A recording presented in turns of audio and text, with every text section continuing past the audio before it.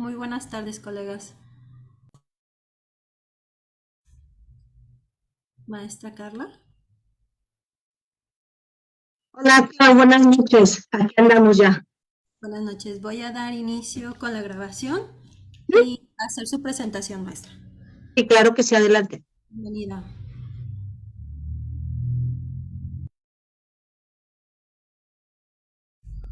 Muy buenas tardes, colegas. El día de hoy damos inicio con nuestro módulo denominado Terapia Sistémica Breve en Crisis Jurídicas Familiares. Les comento a los colegas invitados del día de hoy, es decir, que no se encuentran dentro del diplomado ni en el curso, que los micrófonos se encontrarán cerrados, pero pueden hacer o escribir sus comentarios o dudas en el chat o levantar la manita y nosotros abrimos micrófonos con todo gusto. El día de hoy se encuentra con nosotros la maestra Carla Alejandra Rojas Lozano. Ella es psicóloga clínica por la Universidad Intercontinental. Tiene maestría en intervención en psicoterapia por la Universidad de Salamanca. Tiene maestría en criminología. Ella realiza elaboración de informes psicodiagnósticos, trabajo clínico con adolescentes, adultos, pareja y familias, atendiendo problemas de conducta antisocial, intervención en crisis, problemas de pareja, violencia de género, conflictos familiares, ansiedad, fobias, depresión, trastornos de la alimentación y adicciones. Es psicóloga forense con experiencia en el acompañamiento a víctimas en el marco legal y en el marco terapéutico. Terapeuta en el Instituto Nacional de Psiquiatría Ramón de la Fuente en la Clínica de Adicciones y perito ante los órganos del Poder Judicial de la Federación. Bienvenida, maestra, y puede dar inicio cuando usted guste. Muchas gracias, Clau. Muchas gracias a todos por estar presentes, a todos los alumnos que, bueno, pues ya llevamos prácticamente 8 módulos. Pues ahora sí que vamos a iniciar el último y eso me llena de mucha satisfacción.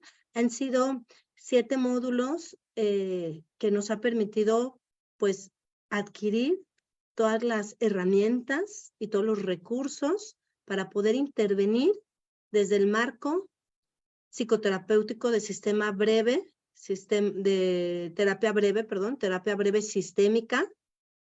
Hemos visto a lo largo de todos estos módulos, pues lo eficaz que es este marco terapéutico, porque está dirigido a esperar cambios o a generar cambios por parte de los consultantes. Yo los invito a todos los que están aquí, que pues están como invitados para poder atender esta primera clase del módulo 8, que me parece una clase, bueno, pues que va a integrar todos los conocimientos que hemos adquirido en cuanto a estrategias, técnicas, conceptos, de todo lo que ha sido la terapia sistémica, la terapia sistémica, terapia breve sistémica. Entonces, me parece que, bueno, pues si en algún momento tienen algunas dudas en relación a términos que vaya ocupando al momento de explicar y de describir casos o parte de las láminas, por favor, háganmelo saber, con mucho gusto se los explico de una manera, pues sí, digamos que superficial, porque pues como comprenderán, ya llevamos todo una serie de clases consecutivas que nos ha permitido poder comprender estos conceptos. De todas maneras, son conceptos que tienen su sustento epistemológicamente hablando en teorías científicas como la teoría cibernética, la teoría de los sistemas, la teoría de la comunicación de Paul Watzlawick. Entonces, comprender todas estas teorías nos va a facilitar el entendimiento del cómo se va a intervenir. Nos va a hacer mucho sentido, ahorita que vamos a hablar de algunas crisis familiares, nos va a hacer mucho sentido los conceptos, las estrategias y las técnicas para poder buscar el cambio, para poder generar el cambio, ya sea en las familias o en los progenitores. Entonces, pues yo los invito a que puedan adquirir, digamos, el diplomado completo para que puedan tener pues todos los elementos. Entonces, sin más preámbulo, les doy la bienvenida a todos a este 8º módulo del diplomado de intervención en terapia sistémica, y que en este momento, o el día de hoy, junto con sus 3 consecutivas clases, pues vamos a ver todo lo referente a las crisis familiares que se pudieran presentar y que nos pudieran llegar al consultorio. Y bueno, pues es importante primero saber qué debemos de hacer. Vamos a hablar del divorcio conflictivo, un divorcio que pues sí viene arrastrando o trasladando una serie de conflictos previos en la propia pareja. Hace 2 módulos estuvimos, o 3 módulos, estuvimos hablando sobre la pareja, cómo intervenir en la pareja. Yo les explicaba a mis colegas que es importantísimo poder entender el ciclo vital de la pareja, así como existe el ciclo vital de los seres humanos. El ciclo vital de la pareja es importante poderlo comprender para que entonces desde ahí podamos obtener toda la información necesaria para entender qué es lo que está pasando. Y entonces, desde este entendimiento, poder diseñar estrategias que no necesariamente tienen que ver con que la pareja continúen juntos. Tiene que ver también con una valoración en la que alcancemos a ver, por ejemplo, el grado de compromiso que tiene una parte de la pareja hacia la relación. Y si su nivel de compromiso es muy bajo, bueno, pues desde ahí vamos a tratar, ¿no?, de poder revelar a modo de que se puedan generar, ¿no?, cambios, y si no, bueno, pues que la otra parte poco a poco se vaya dando cuenta. Otro de las situaciones muy frecuentes es la violencia en la pareja, la violencia ejercida por parte de la pareja sentimental, y que también pues tienen sus estrategias, tienen sus maniobras terapéuticas. Y bueno, pues si identificamos todas estas dificultades y vamos encaminados hacia una separación o a un divorcio, pues ¿qué creen que suceda? O sea, sí, lo único que se va a disuadir, ¿no?, es el sistema conyugal.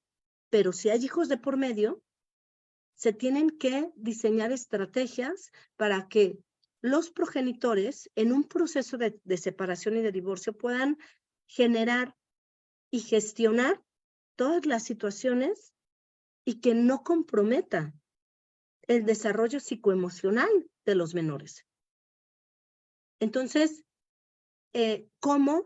Porque sabemos esto, o sea, lo sabemos por experiencia, lo sabemos por nuestros casos, lo sabemos a través de los libros, sabemos que pues definitivamente una disputa o una separación muy contenciosa, muy conflictiva, sabemos que esto en determinado momento va a afectar tanto a las partes de la pareja como a los menores, si es que los hay.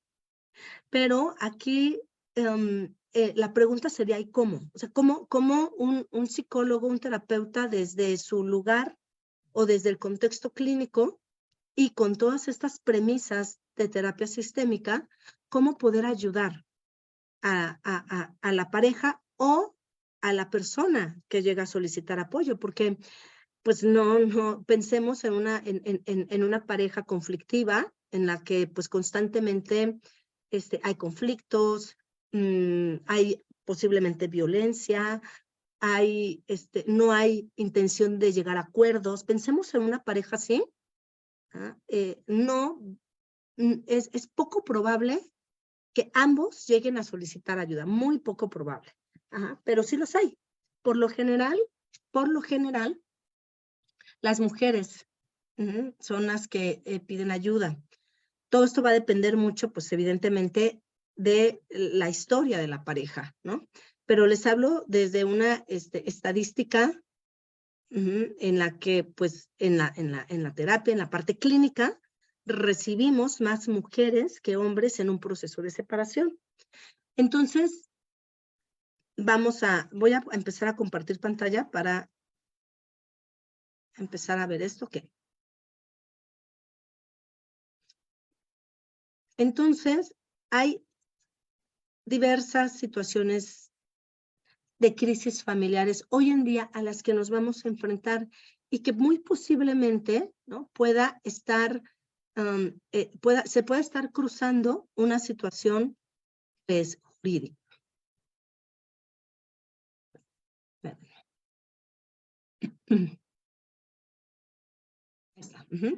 ¿Sí, sí alcanzan a ver la presentación?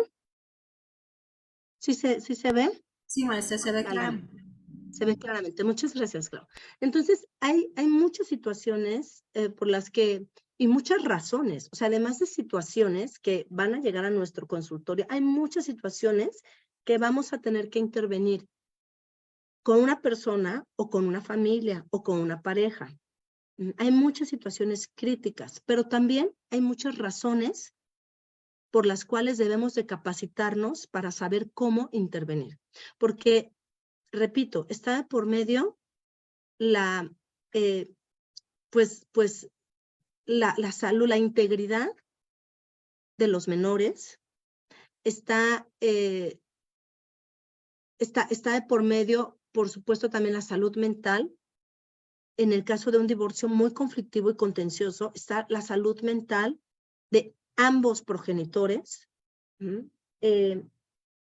Y creo que como profesionales y profesionistas de la salud mental, debemos de tener todos los recursos para poder intervenir eficazmente en una situación de crisis familiar. Porque, digo, evidentemente si el profesional, el terapeuta, no tiene los recursos, no tiene las herramientas, es más, el caso le puede como simbrar por cuestiones personales, definitivamente sí es importante hacer una hoja de referencia y canalizarlo a otro profesional. Definitivamente sí, pero justamente para esto son estas clases, estos diplomados, estos cursos, para que entonces nosotros generemos recursos, generemos herramientas y por supuesto generemos mucha conciencia sobre la situación que viven muchas familias.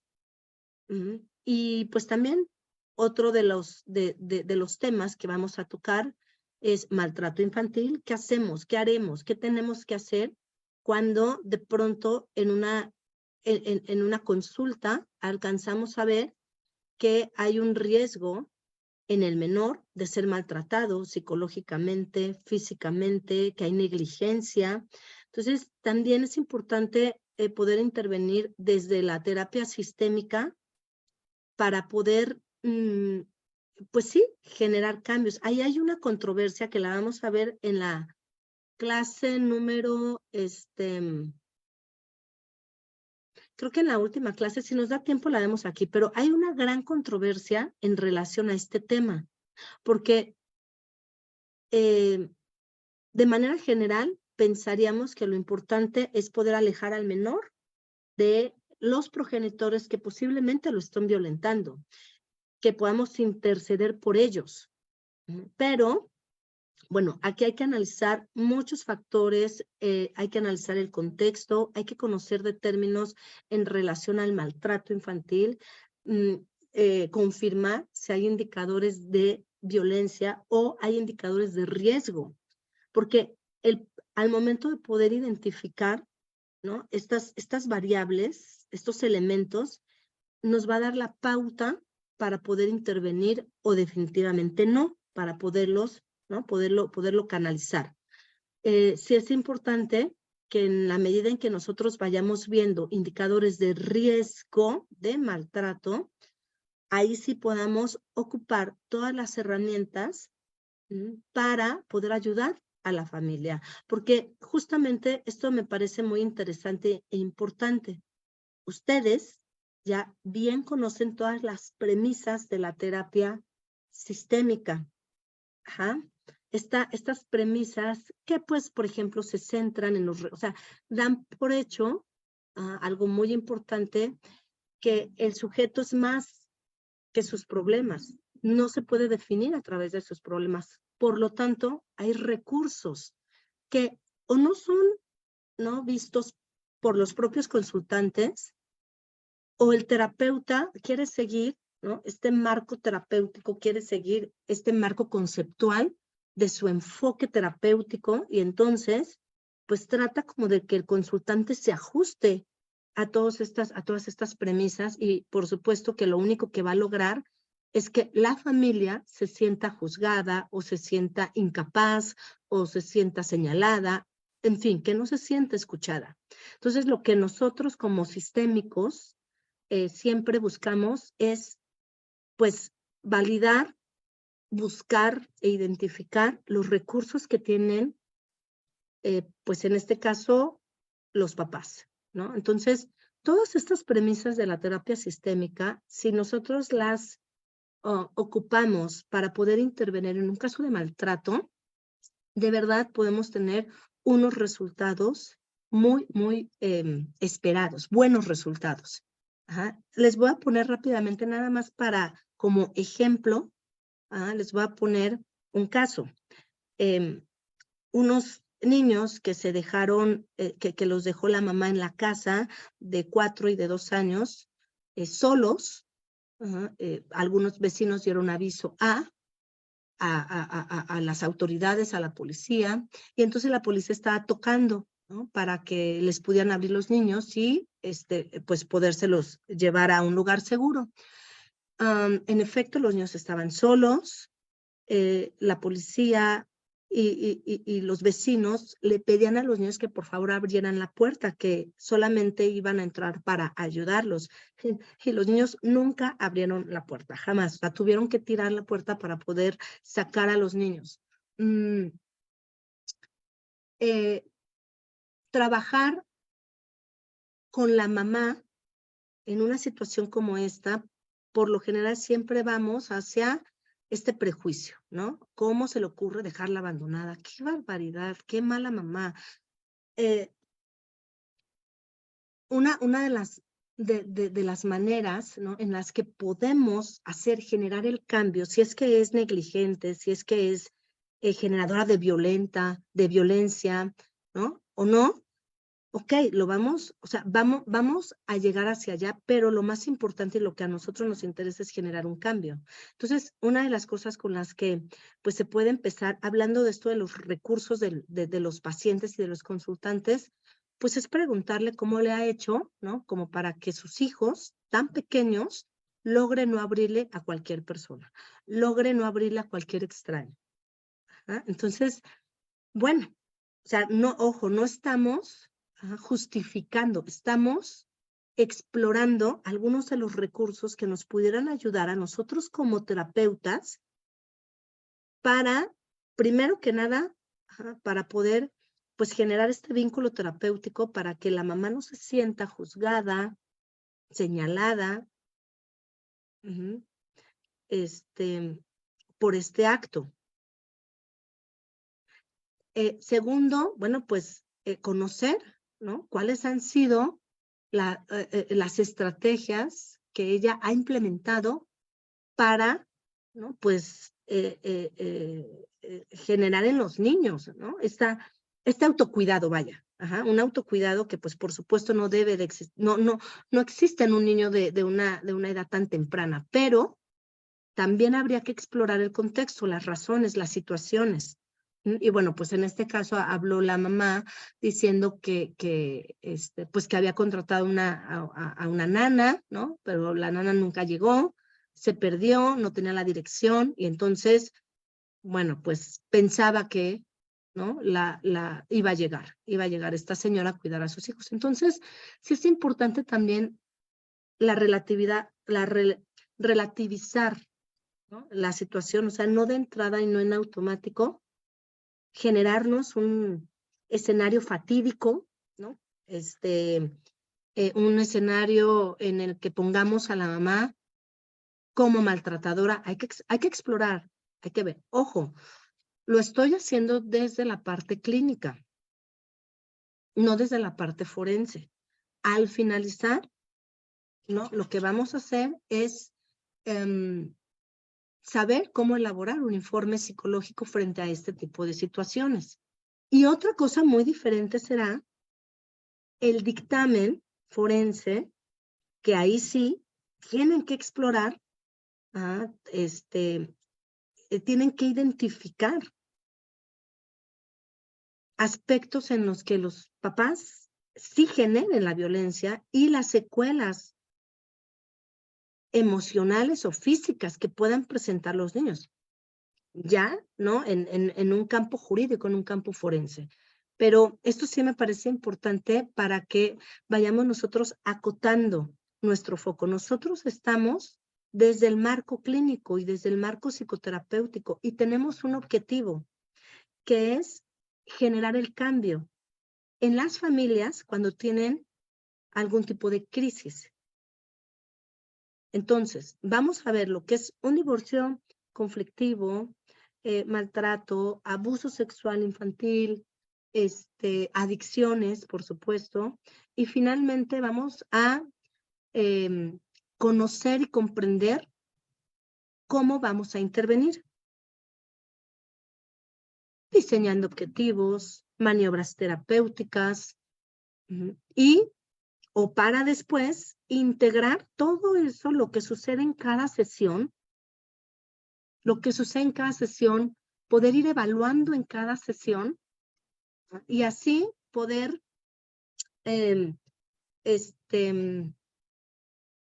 poderlo integrar en un informe psicológico, ¿de acuerdo? Entonces, el día de hoy lo que vamos a hacer es conocer un poco todas las características de un divorcio conflictivo, saber qué es lo que nos podemos esperar y poder generar estrategias terapéuticas para poder ayudar a las personas que están frente o en medio de este conflicto, ¿de acuerdo? Bueno, entonces, como ya lo dijo esta Claudia, si tienen alguna pregunta, alguna duda, con toda confianza, ¿no? Yo voy a estar revisando el chat. Con toda confianza pueden escribirme ahí y en la medida de lo posible voy a ir contestando las preguntas, ¿de acuerdo?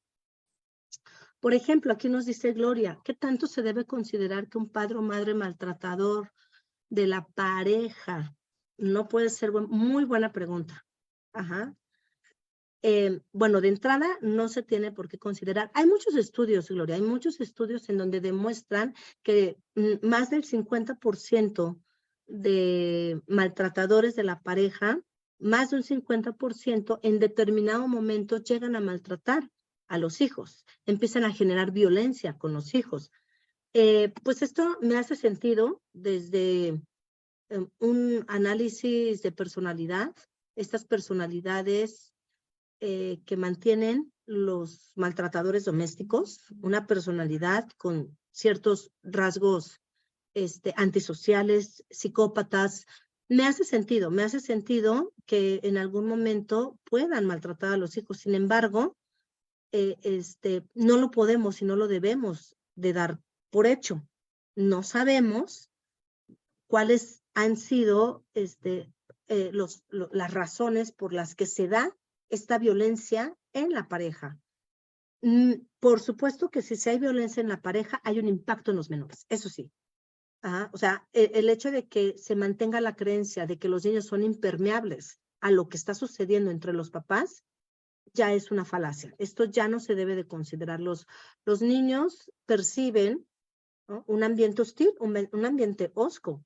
Los niños se dan cuenta, podrán estar jugando, pero por supuesto que los niños sienten, perciben y se percatan de que algo está pasando. Entonces, si bien no debemos de dar por hecho que un padre maltratador de violencia genere violencia con los hijos, si bien no lo podemos asegurar y no lo podemos, pues, determinar, pero sí es importante poder actuar, porque esto lo expliqué en el tema de la pareja, porque como bien ya sabemos, la violencia en la pareja, ¿no?, tiene un comportamiento, hay un ciclo llamado ciclo de violencia que lo explica muy bien Leonard Walker. Y el impacto que genera en la víctima, por lo general mujeres, es un impacto que puede, digamos, salpicar, si es que hay hijos, a los hijos, de muchas maneras. Hay un deterioro cognitivo en las víctimas derivado de este maltrato. Hay un estrés crónico, vaya, porque en el maltrato principalmente psicológico hay una impredecibilidad. O sea, no sé si lo que hago le molesta o si no lo hago le molesta. No sé de qué humor vaya a llegar, no sé cómo se va a manifestar ese humor con el que llegue, ese estado emocional con el que llegue. Entonces, hay un estrés crónico en la víctima. Este estrés crónico genera cortisol. Y este cortisol que se genera y que se propaga por todo el organismo, inflama al organismo, inflama al cuerpo. Y entonces aparecen enfermedades como colitis, gastritis, dermatitis, encefalitis, y las mujeres sufren síntomas físicos de manera crónica sin que se den cuenta que este síntoma es derivado de la violencia que viven, de la violencia psicológica muy sutil en la que viven. Pero peor aún, todo esta descomposición de las mujeres también genera un impacto y consecuencias en los propios hijos. No hay un vínculo relacional sano, no hay un apego sano. Dado el estrés, pueden llegar a tener menos paciencia y entonces desde ahí gritarle a los hijos, olvidar, por ejemplo, que salieron de la escuela y olvidar pasar por ellos. Entonces, aunque el generador de violencia no maltrate a los hijos, si maltrata a la mamá, entonces hay que pensar y hay que generar hipótesis desde ese escenario. No es una violencia directa a los hijos, es hacia la mamá, pero hay que ver el daño, el grado de daño que tiene la mamá y cómo este daño ha impactado en los hijos. Y entonces tenemos una crisis familiar. Tenemos a hijos afectados, tenemos a una víctima de violencia de género por parte de su pareja sentimental y tenemos a un maltratador o a un generador de violencia, maltratador doméstico, que seguramente no va a tener necesidad de cambio. Es más, va a tener distorsiones cognitivas. No va a aceptar que la maltrata, va a justificar sus actos, va a normalizar la violencia. Entonces, bueno, pues si se dan cuenta, esta pregunta que hizo Gloria nos da una visión, un panorama, una dimensión muchísimo más amplia. No es como de, maltratador, pues seguro también maltrata a los hijos. Bueno, no lo maltrata directamente, pero es nuestra chamba, es nuestro trabajo poder, exactamente, Javier, violencia indirecta, pero hay que saber, ¿no?, de qué manera indirectamente está maltratando a los hijos. ¿Cómo intervenir en casos? Bueno, me pregunta Marina, ¿cómo intervenir en casos donde no se comprobó un supuesto abuso sexual hacia el hijo? Ok, ¿con quién quiere vivir el padre? Ay, es que no veo. Pero fue una edad más temprana y en el pasado. No, y pasado el tiempo, las evaluaciones psicológicas de Fiscalía y de Institución Especializada de Abuso Sexual Infantil, ok, no lo pudieron determinar. Bueno, ya no lo pudieron determinar, ¿no? Y aquí la pregunta sería, ¿cuál es el objetivo de intervenir? ¿Cuál será el objetivo? A lo mejor es reconstruir o co-construir el vínculo, o no sé, si no hay abuso, pero el niño cree que sí hubo y entonces desde esta creencia el niño ya no quiere convivir con el papá, y entonces el papá solicita ayuda para poder, ¿no? A generar nuevamente el vínculo. Este, muy interesante tu pregunta, ¿no?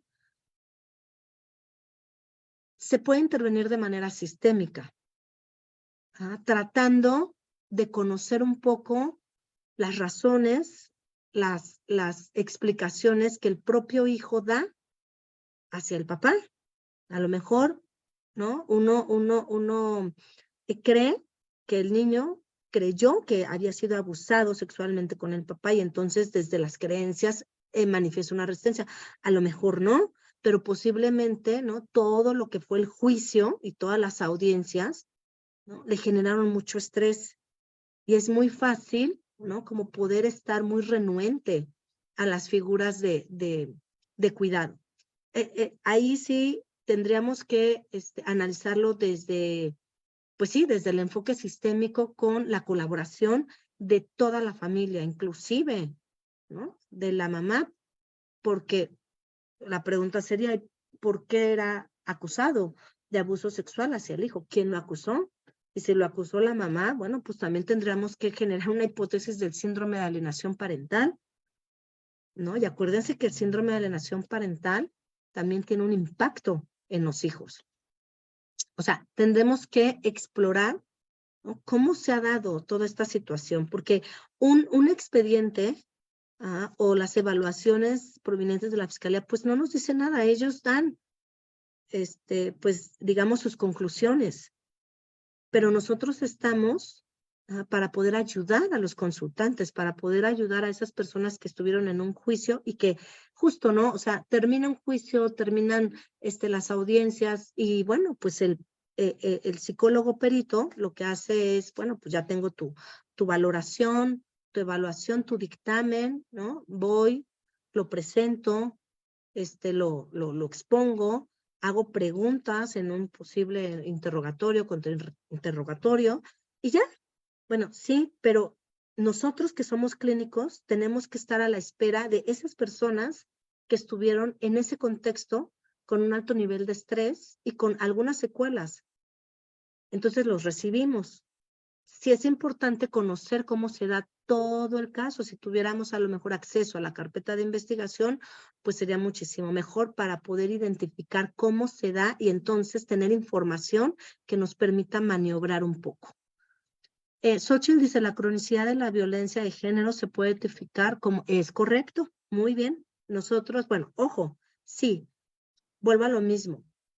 Claro, vas a utilizar desde todos los manuales estadísticos de enfermedades mentales, vas a utilizar el trastorno de estrés postraumático, lo vas a avalar, lo vas a acreditar con todas las pruebas, con toda la entrevista y listo. Pero, ojo, en este diplomado, a pesar de que estamos tratando, ¿no? de poder utilizar todos los conocimientos en terapia sistémica en un terreno forense. ¿Por qué? Porque pues al final hasta, o sea, ya no podemos limitarnos a pensar en casos muy sencillos, porque ya nos demanda la situación social, nos demanda a los profesionales de la salud mental estar preparados en la parte jurídica, en la parte forense, criminológica, victimológica. Entonces, a pesar de esto, en términos clínicos, desde el contexto clínicos, en realidad, Xochitl, no nos sirve de mucho poder ubicarnos y poder partir de diagnósticos clínicos, porque lo que vamos a hacer es ayudar al consultante a generar recursos para que salga de esta situación traumática. Sí, nos sirve a nosotros como para poder saber qué nos podemos esperar con esta víctima. Trastorno de estrés postraumático, pues entonces empezamos a ver los criterios que nos dice el DSM o el CIE, los criterios que nos indica de lo que, de la descripción de este trastorno. Pero solamente a nosotros. Y desde ahí vamos a ir a lo mejor en una entrevista a poder identificar. Ya sabemos, lo confirmamos, Bueno, ahora sí, vamos a utilizar todas las premisas de lo que es el enfoque terapéutico para poder generar el cambio, ¿no? Pero definitivamente lo tenemos que saber.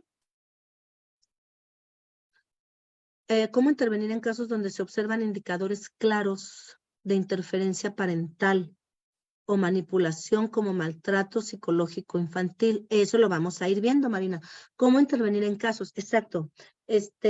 Ahorita les voy a explicar lo del divorcio contencioso, el divorcio conflictivo, y les voy a poner un caso para que más o menos ustedes vean cómo es que podemos maniobrar terapéuticamente para que la persona pueda salir de una situación en conflicto con su pareja y entonces a lo mejor ya preparada pueda iniciar todo el proceso legal del divorcio, porque también esto es otro tema.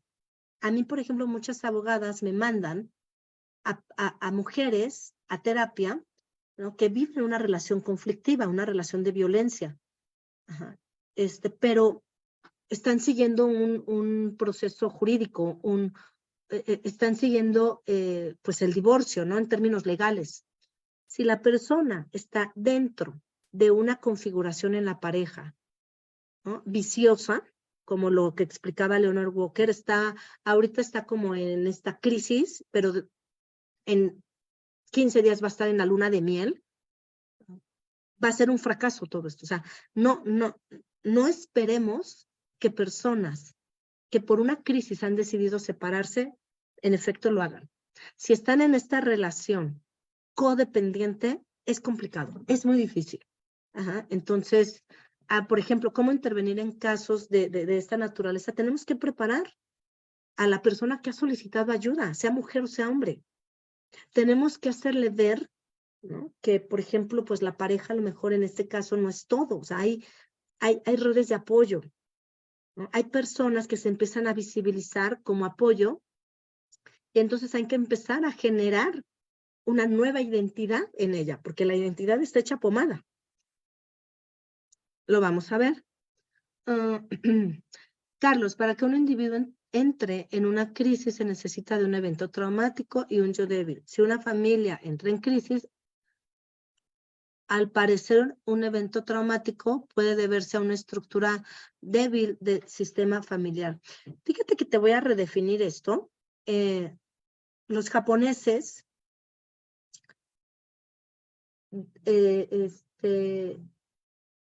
describen a las crisis como oportunidad. Porque al final puede haber una familia con buenos vínculos, con recursos, ¿no? Pero cuando el hijo entra a la adolescencia, es un caos la familia. Acordémonos que la adolescencia también es definida como crisis. Arminda Verástegui, ¿no? Una psicoanalista, incluso llama el síndrome de la adolescencia normal, porque es una crisis. Y entonces cuando el niño pasa a la adolescencia, simbra todo el sistema. Y sí pueden entrar en crisis. Y no necesariamente es una familia que ya venía con una estructura débil. Nosotros, ¿no? Lo que vamos a hacer es justamente ver, identificar por qué una familia, por qué esta familia entró en crisis cuando el hijo entra a la adolescencia. Y lo único que vamos a hacer, a lo mejor en familias que no tengan una estructura débil, lo único que vamos a hacer metafóricamente hablando es como afinar, ¿no? Hagan de cuenta como, ¿no? Ahora sí como que, pues a lo mejor el tornillito estaba flojo, ¿no? Y entonces el tornillito de las creencias, ¿no? Una mamá que creía que siempre su hijo lo iba a acompañar a todos lados y que le iba a contar todo, cómo le iba a la escuela, porque pues cuando tenía 8 años era un niño muy platicador. Lo cambian, o sea, literal, cambian a los hijos y así esas son las formas en cómo describen los papás que me lo cambiaron, ¿no? O sea, de un día para otro ya no habla, se encerra en su cuarto, trae una cara de ese tamaño, no quiere hacer las labores. Eso es entrar también en crisis. Entonces, a veces cuando hay ciertas bases en la familia, que hubo comunicación, que hubo apoyo, que hubo respeto, que no hubo violencia, ¿no? Pero a lo mejor la mamá tiene como toda esta creencia de que pues quiero que me cuente y quiero que me platique. Es nada más cuestión de afinar un poco esta parte, ¿no? Pero me parece que no necesariamente una familia que entra en crisis sea una familia que tenga esta estructura débil, ¿no? Minuchin lo que dice es que posiblemente todos los elementos de la familia se desacomodaron. Ajá. Recordemos las primeras clases de esta terapia que yo les puse una analogía para que visualizaran a la familia una analogía de un móvil. Hay un móvil de esos de los que ven los bebés, un móvil en el que cada pieza del móvil tiene un lugar y tiene una forma. Ajá. Y todo ese móvil hace que se balancee y que tenga equilibrio. El aparato. Ajá. Entonces, cuando entran en crisis, ¿no? Posiblemente uno de los, ¿cómo se llama? Hilitos que pende el objeto del móvil, a lo mejor se hace más chico, se hace más largo, ¿no? Y entonces esto dificulta que el móvil tenga su funcionamiento normal que ha tenido. Entonces, Minuchin, ¿qué dice? Lo que nosotros tenemos que hacer ya desde conocer a la familia es ubicarlos, o sea, que tengan, que asuman el rol que tienen dentro de la familia y que lo asuman bien. Que lo asuman bien. O sea, una niña no tiene por qué estar cuidando a su hermanito. Un niño no tiene que estar, ¿cómo se llama? Consolando a la mamá por el divorcio. O sea, nosotros, nuestro trabajo, independientemente si antes eran débiles o no débiles, o tenían una estructura, lo que tenemos que hacer es acomodar todas esas piezas. Si era una familia con una estructura muy, muy sólida, ocupamos recursos para que la familia se acuerde o recuerde que también solventó ciertas adversidades previamente. Ajá. Eduardo Benavides, ¿qué tipo de pruebas psicológicas que no sean las proyectivas para determinar agresiones sexuales? Bueno, es que no estamos viendo esto, Eduardo. Estamos hablando, o sea, aparte no hay como pruebas, ¿no? Así que digan, no, es toda una integración de instrumentos, de batería psicológico, como para poder, junto con la entrevista, ¿no? Poder llegar a una conclusión. Pero no es como un termómetro, ¿no? Vamos a medir la temperatura. No, se tiene que hacer toda una evaluación, se tienen que elegir determinadas pruebas para entonces poder, ¿no? Conocer si hubo o no hubo violencia sexual. Pero aquí en este diplomado y en esta clase en particular, no vamos a tocar nada de pruebas, es simplemente conocer cómo en un entorno clínico, en un contexto psicoterapéutico, cómo intervenir frente a situaciones críticas en la familia.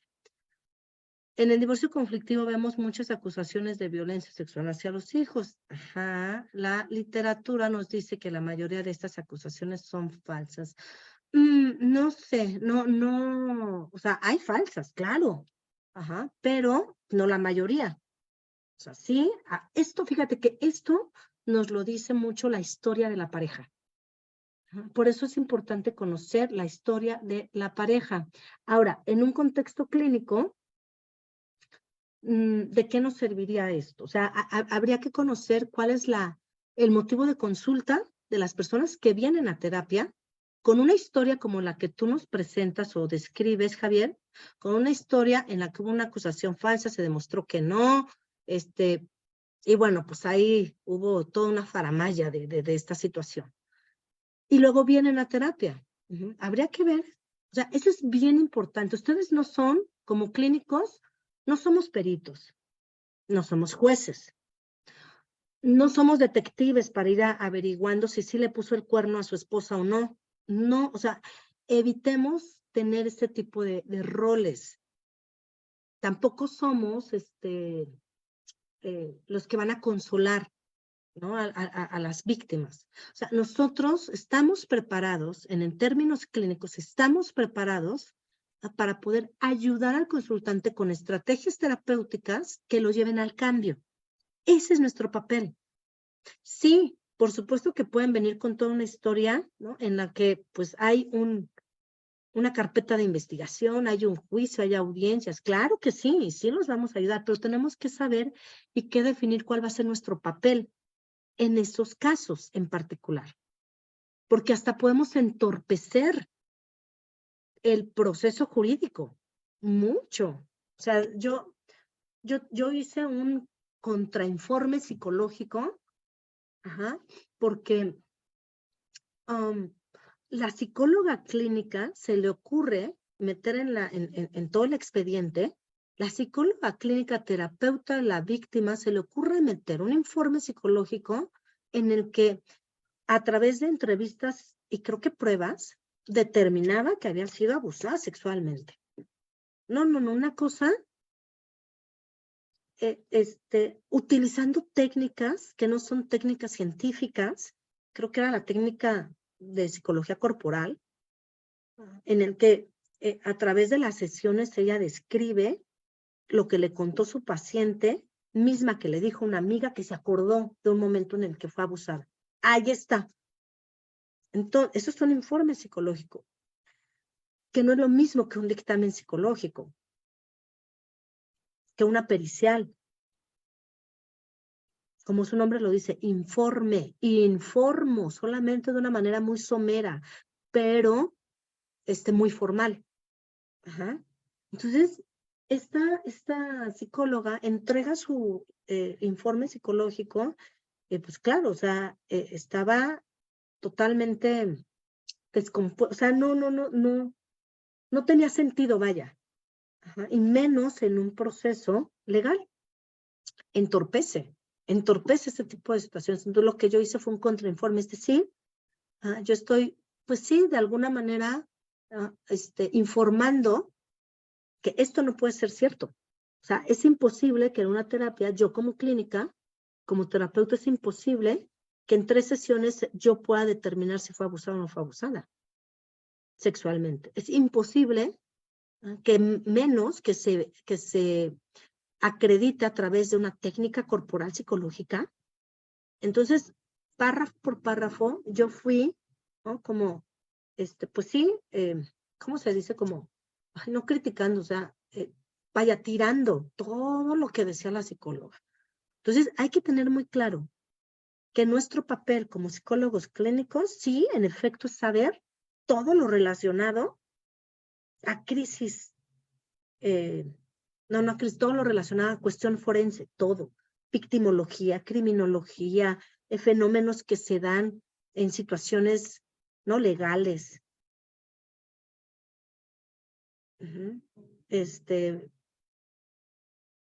Temas en relación a la violencia de género, por supuesto que sí, sí debemos de conocer esto. No tenemos que limitarnos a tratar una fobia, una depresión, ¿no? Pues una ruptura de pareja. Hoy en día la demanda de este tipo de situaciones es altísima y hay muchos colegas, ¿no? Que se pueden quedar, ¿no? Con este impec psicológico, así de, ¿y ahora qué hago? Y uno cree que solamente escuchando, ¿no? Va a ayudar, pero no es cierto.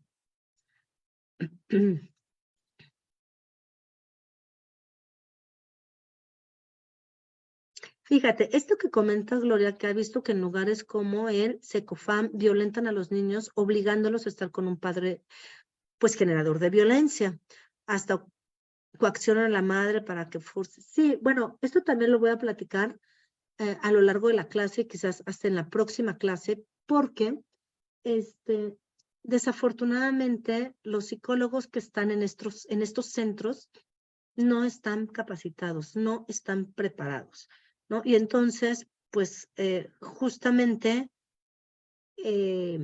generan cambios contraproducentes. ¿Cómo se puede proteger a esas madres o padres víctimas del sistema? Bueno, pues si cae en tu consultorio, si cae en tus manos, por supuesto que hay ciertas maneras, ¿no? Desde las preguntas reflexivas de la terapia sistémica que construimos, hay maneras, ¿no? Como para poder ayudar a estos padres, a estas madres víctimas de este sistema. O sea, es como resignificar y redefinir todo lo que vivieron allá y cómo se sintieron aquí en un contexto clínico. Para ello nos valemos mucho de técnicas, por ejemplo, buscar excepciones, técnicas de la escala, la pregunta milagro. Hay un chorro de técnicas. En la clase, no en la clase, perdón, a lo largo de todo el diplomado yo les he proporcionado, por ejemplo, libros que nos aportan ciertas tareas y ciertas preguntas muy estratégicas, que al momento de hacerlas, pues abre camino para que entonces desde ahí podamos co-construir otra situación, otro estado, y que podamos redefinir también lo que viven las papás y las mamás. Yo tuve un papá, que pues estaba en una situación de guardia y custodia con su pequeño, con su hijo. Y bueno, pues fue un caso muy desgastante porque se lo quitan al papá cuando ya lo había tenido, se lo quitan a mitad de pandemia, no lo ven pandemia, solo puedo hablar con él. Mm, eh, Hace aproximadamente un año, pues me comentó que por fin ya logró un acuerdo con la mamá, pero en todo ese inter el papá tenía que ir a terapia psicológica, ahí mismo en el centro de convivencia. Y él me expresaba y él me compartía su sentir. O sea, la terapeuta le preguntaba preguntas muy cerradas, ¿no? Y muy como lógicas, y si él contestaba con un sí o con un no, ella se ponía a escribir, y entonces eso le generaba una sensación como de, pues, ¿qué hice que estar escribiendo? Contesté bien, contesté mal, debí de haber contestado otra cosa, y entonces se genera mucho estrés.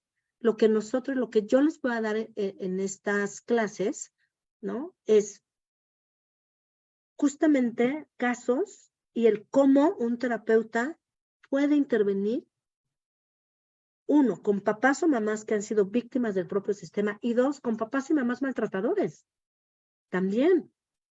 Porque es que nosotros en automático, ¿no? Ya los vemos así de arriba abajo, ¿no? Desgraciado, porque, o sea, digo, hay de casos a casos, obviamente, ¿no? Pero a ver, nuestra intención es que de alguna manera, ¿no? Si están en consulta, pues es porque seguramente han hecho conciencia o han contemplado el cambio. Y entonces nosotros lo que tenemos que hacer es ayudarles a generar cambio. Y no desde el juicio, y no desde la señalización, sino desde una serie de maniobras en conjunto que vamos, ¿no?, a ir haciendo todos a través de preguntas, de tareas y de técnicas. Los demás adultos están compartiendo su malestar contra ese padre. Ok.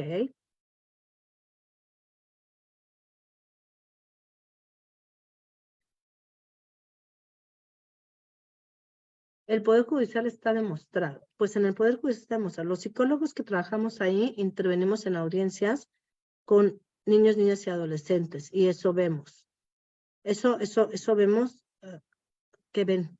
Ya no supe qué ven, Javier. Dice Carlos, si detectas en la clínica indicios de abuso, lo más recomendable es apoyarse en el psicólogo, por supuesto. Sí. O sea, es como, sí, bueno, ahí habría que ver, ¿no?, el tipo de abuso, Carlos, o sea, el tipo de abuso, y ojo, o sea, ¿para qué te vas a apoyar del psicólogo forense? Supongo que te vas a apoyar de él para que intervenga y entonces valore el daño en el menor. Pero ¿cómo, o sea, cómo vas a llegar a eso? O sea, imagínate que ve una familia, ¿no? Mamá, papá e hijo, y te empiezas a dar cuenta que el papá es un generador de violencia y que también en ocasiones genera violencia con su hijo. Primero con la mamá, el hijo lo ve, víctima indirecta. Luego con el hijo a veces, ¿no?, cuando pues desobedece, desacata una norma. Entonces tú ya estás como confirmando este maltrato. Hay que tener mucho cuidado, porque no sabemos la posición de la mamá. Si ha tenido mucho tiempo viviendo bajo esta dinámica, seguramente ya normalizó la violencia. Así que si tomamos una decisión de forma inmediata de podernos apoyar con un psicólogo forense para que evalúen al niño, se espantan y se van. Y entonces sí dejas un caso en total y absoluto riesgo.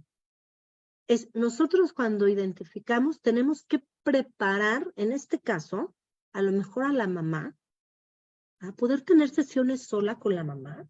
Es muy raro que el maltratador esté en consulta aparte, ¿eh? Pero bueno, tener sesiones a solas con la mamá para que ella misma vaya nombrando la violencia y la vaya detectando. Y para que desde ese darse cuenta, entonces alcance a ver el riesgo que está su hijo. Y entonces, una vez que la misma mamá detecta el riesgo y entonces está con sesiones con nosotras, ahora sí, le podemos sugerir perfectamente que lo más conveniente, lo más correcto, ¿no?, es, por supuesto, la separación. Pero ¿qué crees? Que él no se va a separar. Si tienen este perfil de abusadores y maltratadores, lo que quieren es el poder. Y si se separan, deja de tener el poder. Entonces, es un hecho que se van a tener que ir a juicio o que van a tener todo un proceso muy conflictivo. Es un hecho. Tengo muchos casos de esta naturaleza, muchos, y de verdad es sorprendente cómo cuando la víctima, principalmente mujer, empieza a darse cuenta de la violencia que vivió, entonces está preparada para meter para meter una denuncia, para poder pelear por la guardia y custodia. Ya está preparada. ¿Y qué creen? Que pues vienen todos estas resistencias por parte de él. ¿Por qué? Porque los problemas conyugales se trasladan a lo que es la parte legal. ¿Por qué te voy a dar el 30%? No, te voy a dar el 15%. Aparte tú eres preparada, tú tienes una licenciatura. No, yo aquí estoy, ¿no? Me fui a vivir con mis papás porque te dejé en la casa. Y entonces, bueno, se genera, ¿qué les digo? Unas situaciones muy complicadas.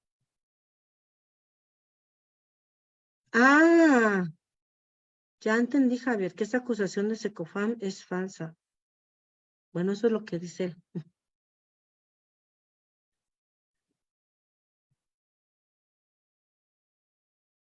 Esa información tampoco es correcta.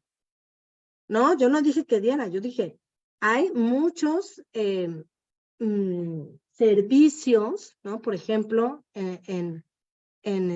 porque sí, aquí lo tengo, o sea, son terapias grupales. En el Centro de Convivencia Familiar son terapias grupales. Y ahí sí tengo varios pacientes que van a terapias grupales, a poder hablar, y de verdad no tienen una estructura que vaya dirigida al cambio. No tienen objetivos claros. Eso sí a mí me consta. No la he cambiado.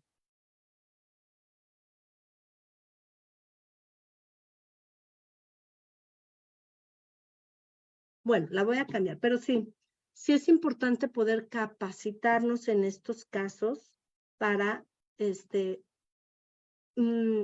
cambiar una situación y entonces evitar que los menores, en este caso que estamos hablando, tengan un mayor riesgo.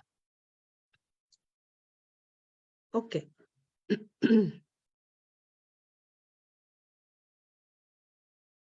Bueno, vamos a hablar primero que nada de lo que es...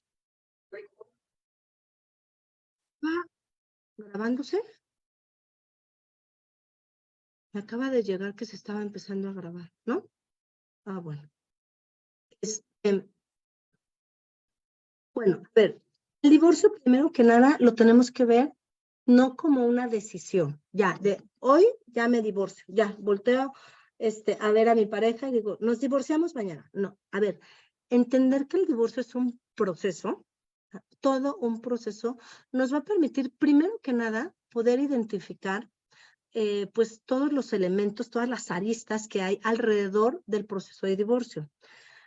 Legal, social, afectiva y parental. Fíjense cuántas aristas hay, mismas que nosotros siempre tenemos pues, ¿qué considerar, qué tomar en cuenta, qué concientizar? Ajá.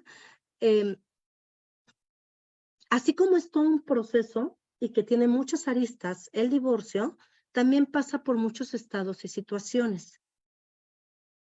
Y que todos estos estados y situaciones, encuentros, ¿no? Disputas, va a finalizar cuando las partes logran realizar o logran tener todos los acuerdos que les permita llegar a una dependencia emocional, a la elaboración psicológica, porque no es fácil. Inclusive los escritos de John Bowlby, a quien hablaba, este psicólogo que hablaba del apego, él dice que una de las pérdidas también más difíciles, más dolorosas, es la ruptura, la separación con el cónyuge. Entonces, esta elaboración psicológica que tienen que hacer las personas que se enfrentan a una separación, bueno, aparte cada quien va a tener o va a describir qué significa para ella la separación, porque si bien puede ser un abandono total, que se le cierre el mundo frente a un posible panorama en la que ya no esté con la pareja, como pueden ser personas que dicen, me siento liberada, o sea, de verdad me siento como si un gran peso me quitaran de encima. Digo, aquí habría que ver, ¿no?, qué es lo que está significando el divorcio para las personas. Entonces, esto tiene que ver con la elaboración psicológica. Y por supuesto, cuando existe un divorcio y hay hijos de por medio, son necesarios los acuerdos para poder continuar con el subsistema de parentalidad. Porque aquí viene el problema. O sea, si yo traslado todas estas disputas, todos estos conflictos a un proceso de divorcio con los hijos, entonces se pueden enfrentar a muchos escenarios. Por ejemplo, en la pareja, que no cumple acuerdos con el hijo, que dice que se lo va a llevar el domingo a las 7 de la noche y al final se lo llevan el lunes a las 7 de la mañana, que a lo mejor le toque a este progenitor estar el fin de semana con el niño, pero se entera el otro progenitor, la mamá o el papá se entera que más bien lo fue a depositar con la abuela y el otro se fue o la otra se fue de fiesta. Muchas cosas, ¿no? El síndrome de alienación parental, por supuesto. Y bueno, pues es esperado, ¿no?, encontrarnos con niños que empiezan a desarrollar papeles, roles, ¿no? Y que incluso ya están hasta categorizados, ¿no? Vamos a encontrar el niño edredón, el niño colchón, el niño bate de béisbol, y son descripciones de niños que han estado en medio de una situación conflictiva entre papá y mamá. El niño edredón, pues como su nombre lo dice, es el que va a contener a la mamá, ¿no? Esos edredones que nos acobijan, que nos contienen, pues lo va a asumir un niño y entonces siempre va a estar como consolando a la mamá, no es su papel. El niño colchón, que es el que va a amortiguar los conflictos que puedan suscitarse por algo en el que el niño está implicado, ¿no? Por ejemplo, lo mandan a casa del papá, ¿no?, con su maletita, pero a la mamá se le olvida ponerle la pijama, ¿no? Entonces el papá que lo recibe dice, ¿y la pijama no te la puso tu mamá? Entonces el niño lo que hace es asumir una culpa. No, es que no me la puso mi mamá, la puse yo y se me olvidó. Estos son los niños colchón, los que van a amortiguar el impacto de lo que pueda suscitar como conflicto entre los papás. El niño bate de béisbol, ¿no? Pues es el niño que es el que recibe, ¿no? Y dile a tu mamá que no me vuelva a marcar. Y dile a tu mamá y dile a tu papá que me debe lo de la colegiatura, ¿no? Entonces es como estar de un lado a otro. Hay otros papeles que vienen en estas descripciones. Hay muchos papeles. Pero bueno, estos son como los que con mayor frecuencia se ven. Así que si no resolvemos, más bien, primero, si identificamos, ¿no?, a esta pareja con problemas, se tienen que resolver. si nosotros dentro de nuestra terapia de pareja, por ejemplo, tenemos una terapia de pareja o estoy en una terapia de pareja con una pareja que pues está en constante conflicto, ¿no? Ya tienen 30 años de casados, tienen hijos adolescentes, hay mucha violencia. Yo ya empiezo a detectar, ¿no?, que si no se resuelven estos conflictos en este momento y se deciden separar o divorciar por la vía legal, yo ya sé que estos problemas se van a trasladar hacia allá. Entonces, mi papel como psicóloga clínica es tratar de solventar en la mayor medida de lo posible. Esto es como una terapia de mediación, más o menos. ¿De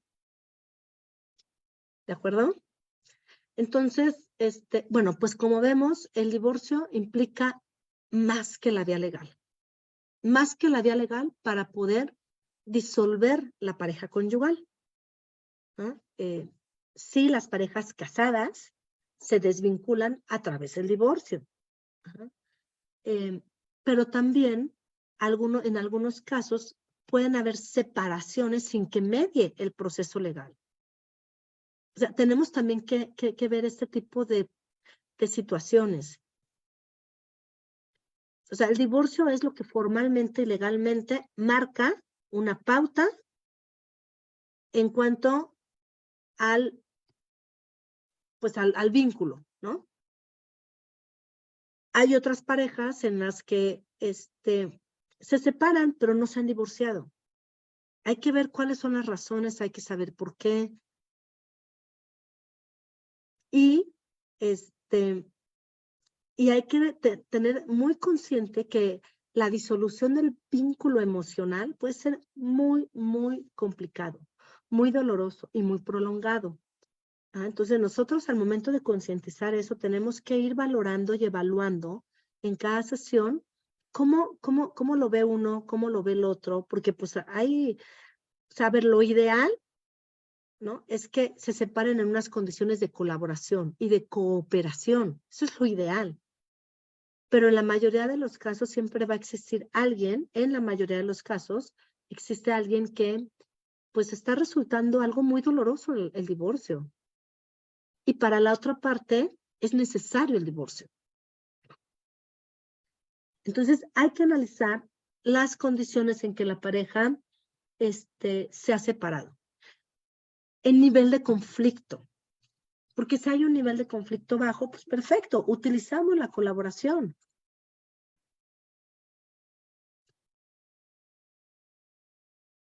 Perdón. Utilizamos la colaboración, utilizamos la cooperación. Estamos. Pero, ¿no?, si hay un divorcio justamente conflictivo, o sea, hay una historia de pareja conflictiva, cuando el nivel de conflicto entre los cónyuges es muy alto, el proceso puede demorar muchísimo, ¿no? Pueden caer en el mismo proceso de divorcio, ¿saben? Pueden caer en esta dinámica amor-odio, que si bien ya la traían desde antes arrastrando, lejos de interrumpir el vínculo a través del divorcio lo va a perpetuar. Lejos de interrumpir el vínculo lo va a perpetuar. O sea, y nosotros como terapeutas vamos a ser parte de esta dinámica. Vamos a ser parte del problema y no parte de la solución. Entonces tenemos que ir evaluando muy, muy bien el nivel de conflicto que tienen las parejas. Nos vamos a encontrar con que en un nivel de conflicto alto, ¿no?, pues va a haber una nula capacidad de acuerdo. Va a haber mucha tensión entre las partes. Y entonces, ¿no?, pues lo dice un autor, ¿no?, que si la historia de la pareja ha sido a través de pautas conflictivas, estas se van a trasladar a lo que es el campo legal. Y va a generar separaciones y divorcios muy conflictivos, muy desgastantes, muy contenciosos y lo peor de todo, con un altísimo riesgo de generar consecuencias en términos sintomatológicos a nivel físico, psicológico y emocional, tanto en las partes de la pareja como en los hijos. Ahora, aquí hay algo muy interesante. Me gustaría, por eso les decía que nosotros como psicólogos aún clínicos tenemos que capacitarnos mucho en temas forenses, criminológicos, porque justamente para poder intervenir en un divorcio muy, muy conflictivo, tenemos que ubicar o tenemos que posicionarnos en un enfoque victimológico. La victimología aquí nos ayuda muchísimo, porque desde un enfoque victimal, existen términos, existen fenómenos como el factor de vulnerabilidad. O sea, hay factores de vulnerabilidad en las personas que las vuelven con un mayor riesgo a ser víctimas de algún delito, de algún abuso. Entonces, nosotros desde todas estas premisas victimológicas podemos empezar a identificar, ¿no?, cuáles son en algunas de las partes de la pareja, cuáles son los recursos que pueden llegar a tener ambas partes, recursos materiales y recursos psicológicos, para poder hacer frente a situaciones de esta naturaleza, a situaciones de vulnerabilidad. Y una de las situaciones de mayor vulnerabilidad también es el divorcio. O sea, imagínense a una mujer que pues no tiene ningún tipo de preparación académica, nunca ha trabajado, siempre, ¿no?, ha estado dependiendo económicamente del papá de sus hijos. El papá de sus hijos ya quiere el divorcio, pero no asume una responsabilidad en esta decisión. Tenemos que identificar que en la mujer, en la pareja, pues hay muchos factores de vulnerabilidad que de verdad no le van a permitir poder afrontar de una manera funcional el divorcio. La estabilidad económica, la reducción de vínculos de apoyo social, el que puedan llegar a estar limitadas para accesar a los sistemas de administración de justicia, todo eso. Y aparte es una mujer que ha sido violentada por más de 20 años. O sea, todo eso nos pone frente a una situación complicada y agudizan la vulnerabilidad de la víctima, en este caso de la mujer. ¿Vale? Entonces, fíjense, precisamente por ese tipo de condiciones de vulnerabilidad de la pareja, precisamente por eso, la terapia psicológica se vuelve un aspecto coadyuvante en todo lo que significan situaciones de crisis. En el ámbito de la victimología, conocemos el proceso de desvictimización. Y aquí es en donde empezamos a entender cómo en una situación de crisis de divorcio, cómo yo voy a intervenir. Pues me puedo apoyar en todos estos conceptos que nos proporciona y que nos da la victimología. La victimología nos habla de lo importante que es desvictimizar a la víctima. Entonces, si nosotros conocemos este proceso, lo podemos aplicar a este tipo de víctimas o de personas que están en un divorcio bajo estas condiciones. Entonces, en todo este proceso de desvictimización, nos va a permitir poder generar estrategias de afrontamiento, prevenir situaciones de riesgo futuras y fortalecer todos estos factores o sea, porque así como hay factores de vulnerabilidad, también hay factores de protección.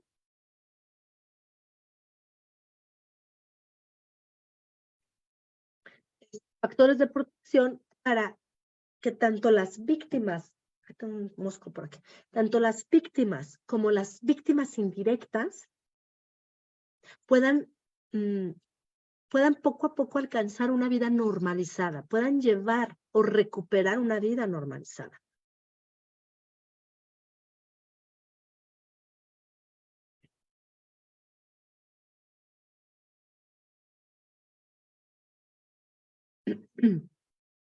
Ahora bien, tengo mucha alergia, chicos, perdón. Tengo mucha alergia y a veces ni me deja hablar.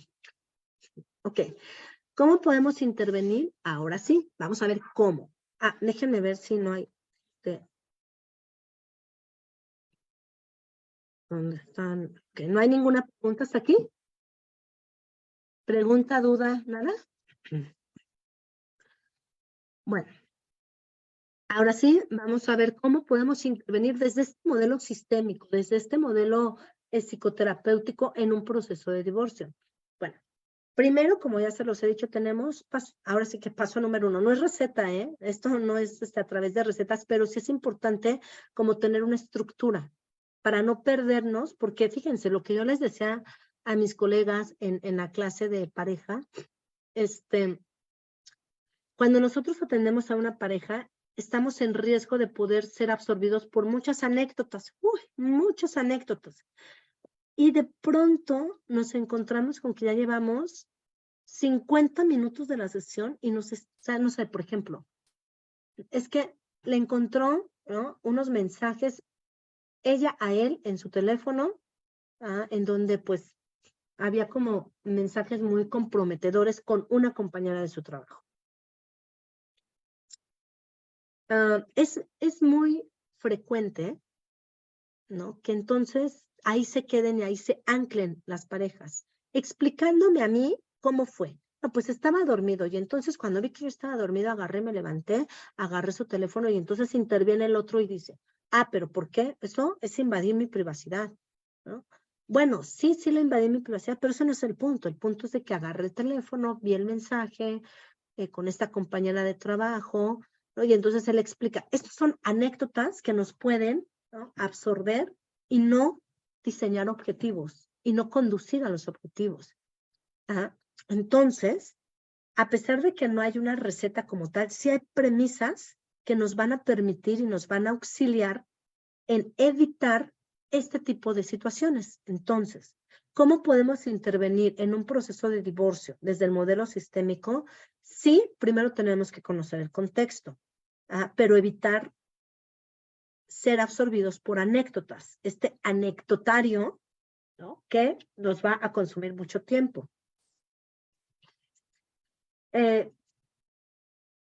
Tenemos que ver o sea, tenemos que confirmar si ambas partes buscan lo mismo, porque si no buscan lo mismo, imagínense.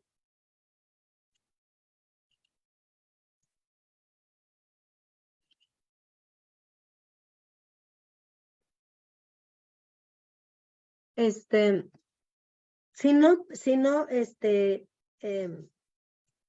buscan, ¿no?, esta separación, entonces, híjole, tenemos, pues, primero que nada, tenemos que resolver que, pues, ambos puedan llegar a conciliar.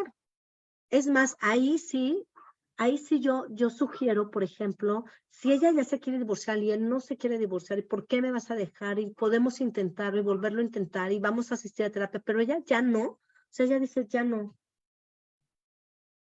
Nos conviene y sugiero mucho poder tener, ¿no?, una consulta a solas con cada una de las partes para poder ver de qué se trata, porque si hay una persona que ya le está moviendo el tapete, ¿no?, a ella, y esa es la razón, bueno, pues entonces tendríamos que considerar la posibilidad de poderlo decir en terapia.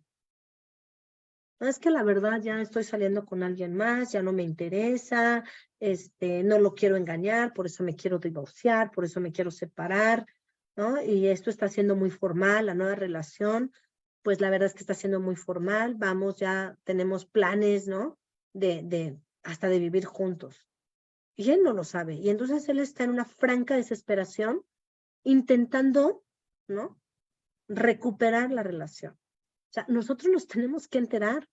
Y cuando una parte no está de acuerdo en la separación y la otra sí, y no está la disposición de separarse, algo está pasando. Entonces, lo que tenemos que hacer es una maniobra en la que ¿no?, o sea, me reúno con una parte de la pareja, luego con otra, y luego los junto. Entonces, tenemos que conocer el contexto, tenemos que confirmar si ambas partes buscan lo mismo. Si buscan lo mismo, bueno, es una situación muy ideal. A veces muy idílica, utópica, ¿no? ¿Qué pasa? Aquí hay una cuestión de género muy interesante. Una cuestión de género en la que, ¿quién creen ustedes, ¿no?, que pida con mayor frecuencia apoyo emocional en una situación de separación? Las mujeres. Y esto, bueno, pues tiene que ver con muchos aspectos de género. Entonces, no digo que los hombres no.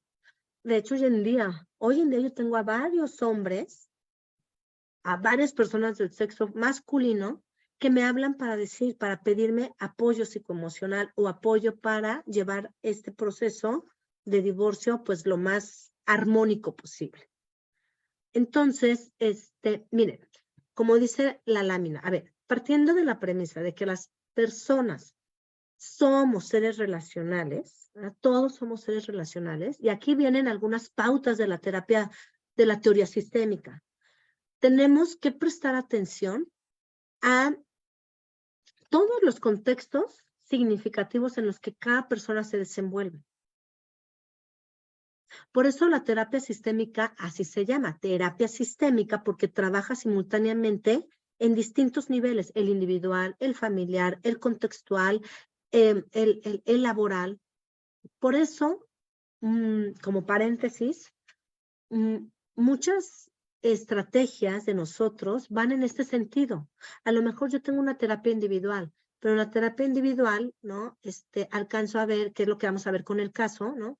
Alcanzo a ver que, pues hay como mucha angustia, mucha ansiedad, hay un apego ambivalente con su pareja y esto le genera muchos conflictos con la pareja. Yo puedo invitar a la pareja. O sea, esta posición ortodoxa de terapias muy tradicionales, de nada más con el paciente, ¿no? Y que la transferencia y la contratransferencia. No es cierto, si yo alcanzo a ver que mi paciente, mi consultante, tiene un cuadro de ansiedad derivado a las dudas que le genera su pareja, pero ella sabe que su pareja le es fiel, que su pareja no la engaña, que su pareja está dispuesta, entonces yo puedo tomar una decisión de poder invitar a la pareja a la sesión. Oye, ¿qué te parece si invitas a tu pareja, a José, aquí en la sesión? ¿Crees que esté dispuesto a ayudarte en una situación como esta? Me va a decir que sí. Entonces, fíjense bien, nosotros trabajamos también con estos niveles, el nivel de pareja, el nivel familiar, el nivel relacional, porque sabemos que somos seres relacionales, que no podemos individualizar la depresión. Pues imagínense una señora que está deprimida y de pronto empiezo a escuchar una narrativa, ¿no? En la que, pues, estoy deprimida porque mi esposo me engaña, mi hijo es drogadicto, mi hija salió embarazada, me roba. O sea, pues, ¿cómo no va a estar deprimida? Entonces, lo que muchos tradicionalmente, ¿no?, hacen es enfocar una intervención en ella y patologizan, ¿no?, de manera individual, cuando perfectamente podemos utilizar todos los niveles, todos los contextos de diferentes niveles para poder colaborar con esa persona. ¿Qué más? Bueno, entonces, además de poder, ¿no?, trabajar simultáneamente con todos estos niveles, dentro de la intervención, hay ciertos aspectos, ¿no?, que tenemos que reconocer y que tenemos que hablar. Por ejemplo, la aceptación de búsqueda de ayuda, ¿no? El hecho de que una persona venga reconociendo que necesita ayuda y que necesita organizar su vida es digno de reconocer. Y desde ahí nosotros podemos futurizar, ¿no?, para que pues continuemos con esta intención que tiene la consultante, el consultante, la paciente, para que pueda organizar también su vida después del evento traumático. A lo mejor ahorita viene hecha un caos, pero la intención de que ese caos se vuelva un poco menos caótico es una intención muy positiva, que la tenemos que recoger y la tenemos que devolver para que en un futuro, después del divorcio, después del evento traumático, también continúe organizando su vida. Tenemos que ayudar también a construir un nuevo estilo de vida. Por supuesto que es un cambio. Es un cambio a veces muy fuerte. Un cambio que le va a, pues que le va a reestructurar toda la vida de las personas, de la pareja. Tenemos que generar redes sociales, generar vínculos sociales también, y modificar constructos cognitivos. Esto me parece también que es importante, porque ¿cuántas veces nos hemos encontrado con personas que desde sus constructos cognitivos, esquemas mentales, construidos socialmente, decir, no, la familia tiene que estar siempre, ¿no? Unida. No importa si hay violencia, no importa si me engañan, no importa si ya no hay como este vínculo, ¿no? Pero no me puedo divorciar. ¿Qué le voy a decir a mis papás? ¿Con quién voy a estar? Si él se va, ¿con quién voy a estar? Entonces, esto tiene que ver con constructos cognitivos. Tenemos que, ¿no? Tratar de modificar estos constructos cognitivos de tal modo que dé paso a otros que puedan liberar. Otra premisa de la teoría sistémica, fíjense bien esto, los problemas surgen, y todos los colegas que han estado conmigo y con la maestra Claudia Arias en el diplomado lo hemos interiorizado muy bien. Los problemas surgen y se mantienen en el contexto familiar, ¿cierto? Lo que dice Minuchin. Hay un integrante de la familia que es el portador del síntoma. Que si a lo mejor los papás se pelean, entonces el niño de pronto tiene enuresis, tiene encopresis, tiene problemas de conducta.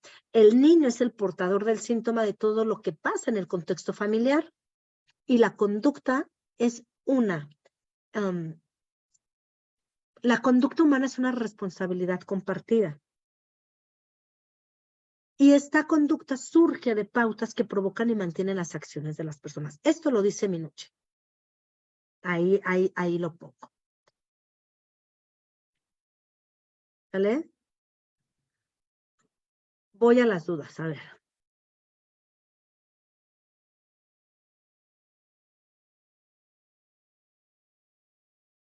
Cuando la mujer presenta factores socioculturales como escolaridad primaria incompleta, se dedica a labores del hogar y se identifica pobreza en la abstracción, análisis, dificultad del insight, muy bien. Por ende, dificultad para comprender cuestionamientos, sin red de apoyo de familia, con esquemas y creencias limitantes en el extremo en términos generales. ¿Qué se recomienda para su abordaje? Ok. Es algo complicadísimo, Xochitl. Bueno, primero, nosotros presentarnos como una red de apoyo. O sea, de plano sí me estás poniendo un caso muy extremo. ¿Verdad? Sí, definitivamente es muy extremo, que no dudo que haya, claro, no dudo que haya. ¿No? En un contexto muy carente, ¿no? Si es un caso difícil, por supuesto que sí, porque pues no hay una red de apoyo, no hay una red social, no hay recursos internos personales, ¿no? Estos procesos cognitivos que nos permitan como conectar y nombrar, ¿no? Cosas, sí. Primero que nada, si llegó a nosotros como consultante, como paciente, como víctima, para que la ayuden a esto que está sintiendo y experimentando, presentarnos como una posible red de apoyo.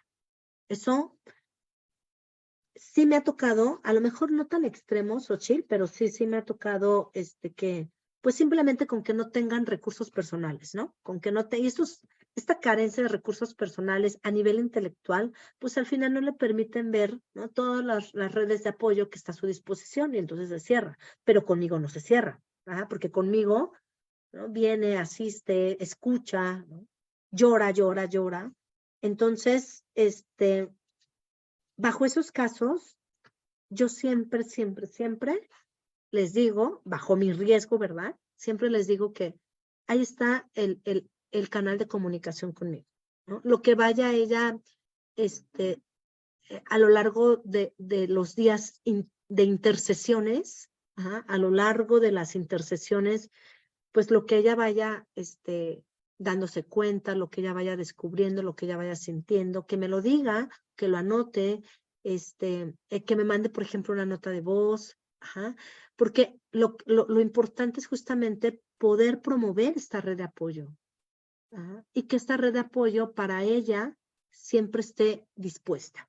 Siempre existe esta disposición y esta disponibilidad, porque no es lo mismo, para ayudar.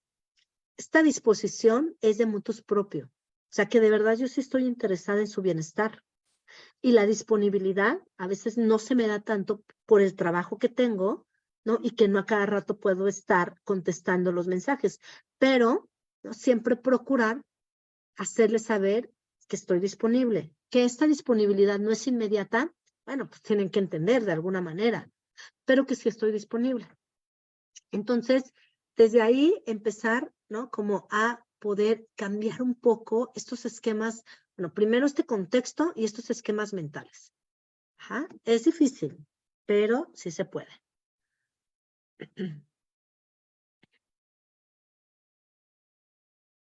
Bueno, Javier y Gloria ya están ahí en su chat.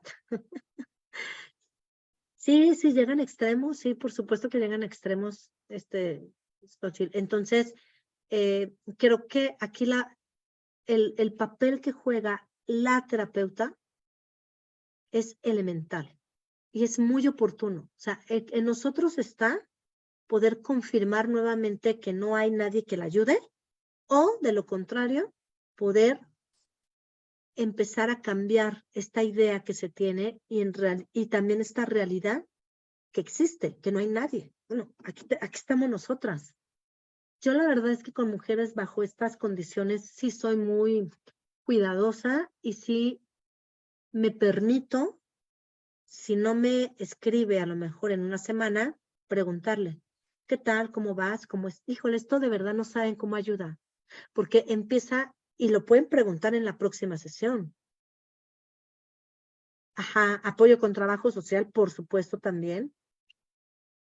Entonces, lo que hace es preguntarle, ¿no? O sea, ¿qué tanto crees que te funcione el hecho de que yo esté ahí preguntándote cómo estás, contestándote, que tengas o que sepas que existe este canal de comunicación constante y sonante en tu situación? No, pues mucho. Y desde ahí empezamos a amplificar.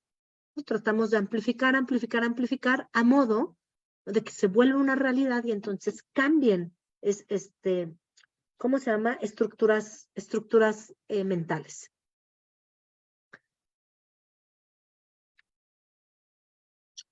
Entonces, fíjense, este apoyo social del cual les hablo, ¿no?, es básico, es, digamos que se convierte en un bálsamo, es un bálsamo para quienes experimentan esta condición, principalmente en situaciones de violencia. Entonces, hay muchas investigaciones en torno al apoyo social,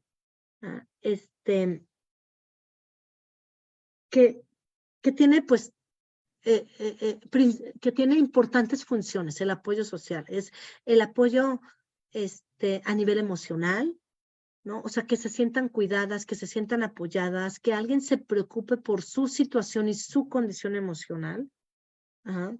El apoyo social, como lo decía Carlos, en cuanto al trabajo social, también es un apoyo que se vuelve instrumental, esto del trabajo social, ajá, que se relaciona más con una prestación de ayuda más formal, más asistencial, más material, por ejemplo, económica. Y el apoyo social que también nosotros podemos dar o trabajo social, pero que tiene que ver con la información, que implica dar un consejo, dar una guía, darles informaciones pertinentes en su situación. Entonces, el apoyo social se vuelve como un bálsamo para las víctimas. ¿Mm? Maestra Carla, Mande, mande. hemos llegado a la mitad de la sesión. ¿Gusta tomar algún receso o nos vamos de largo?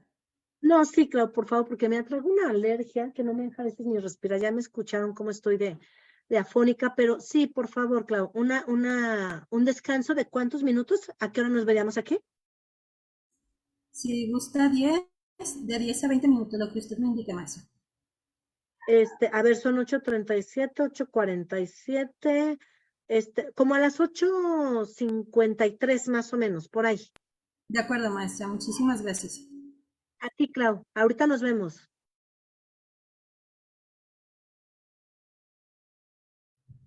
Para los colegas que se encuentran en Facebook, vamos a detener la transmisión. Si gustan unirse a Zoom, el enlace se encuentra en los diferentes grupos de WhatsApp.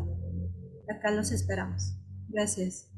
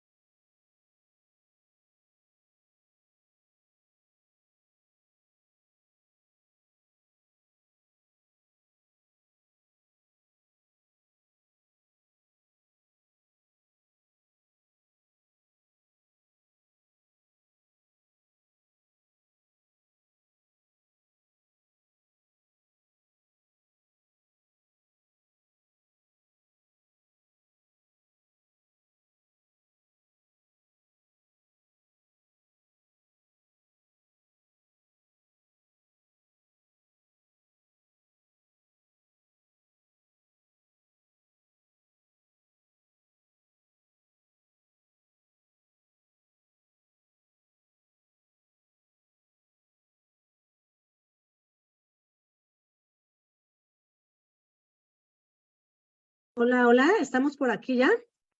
Sí, maestra, adelante, cuando usted guste iniciar. Muchas gracias, Clau. Gracias. Ok. Bueno.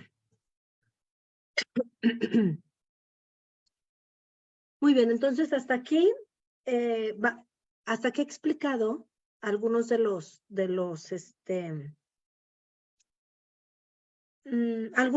algunos elementos que otras disciplinas nos brindan para poder intervenir, como la victimología. Ahora, ya propiamente como parte de lo que es la terapia sistémica, tenemos esto que lo conocemos como proceso reflexivo. Este proceso reflexivo es una de las técnicas que utilizamos mucho en terapia sistémica, porque lo que hacemos es eso, es promover al consultante y al paciente para que éste empiece a contemplar su situación desde otro lugar. Nosotros no somos los que vamos a decidir por el paciente o por la paciente.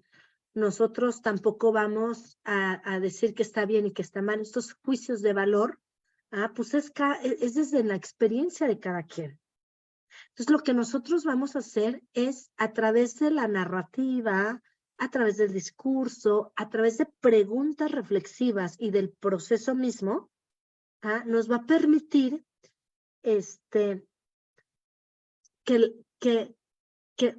la persona que acudió a consulta, si a lo mejor es una víctima de un maltratador doméstico, o es una persona que está haciendo muy difícil la separación, que la está viviendo con mucho sufrimiento, este proceso reflexivo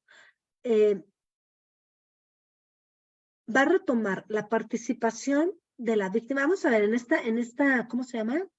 Lámina. Vamos a suponer que ella es la que está como más afectada por la situación, la que está sufriendo más, suponiendo que ella nos va a ver. Entonces, el proceso reflexivo nos permite poder retomar la participación de la víctima en esta situación que está viviendo. Y entonces, vamos a ir recuperando, por ejemplo, los riesgos ante los cuales estuvo expuesta, para que entonces ella poco a poco pueda ampliar o amplificar el foco de la situación por la que estuvo por mucho tiempo.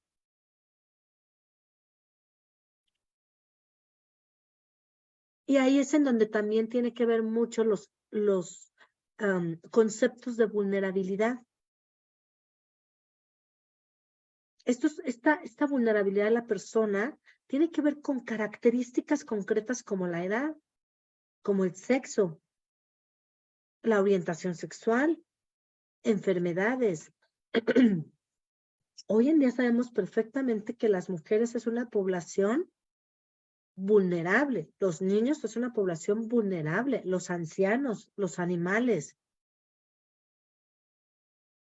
Entonces nosotros tenemos que construir una conversación con la persona a modo de que ella también se dé cuenta que a lo mejor cuando se casó tenía 15 años. Y entonces, en ese momento que pensaba, cómo veía el mundo, qué tanto se le hizo fácil. Estas son las vulnerabilidades personales. También la vulnerabilidad relacional, que enfatiza los desequilibrios de poder entre el agresor y la víctima.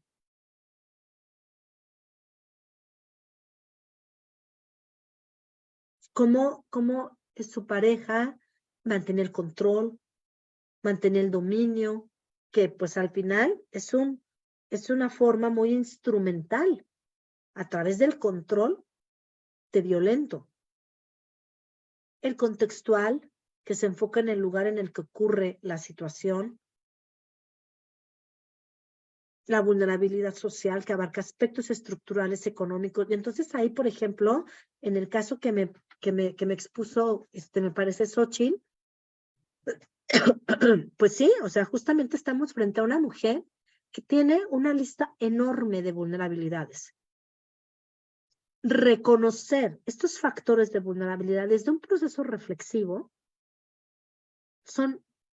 es algo muy relevante, es algo importante, ya que permite incidir sobre las variables que pueden fomentar el proceso de desvictimización. Ojo, aquí nosotros nos vamos a centrar en el objetivo de desvictimizar a la víctima, que bueno, vamos a llamarle así, en caso dado de que hubiera, ¿no? Una persona que forma parte de una relación, de un sistema conyugal, que ha sufrido violencia o bien que está sufriendo este proceso de divorcio y que, ¿no? Bueno, pues se siente bastante, bastante triste, bastante descompuesta. Entonces, a ver, reconocer los factores de vulnerabilidad o los factores de riesgo es importante porque entonces nosotros vamos a ubicar a esta persona, o sea, vamos a identificarlo, a identificar estos factores de riesgo con esta persona y entonces nos va a permitir empezar todo un proceso de desvictimización, como generando. Ay, se paró la grabación, Clau. Entonces nos va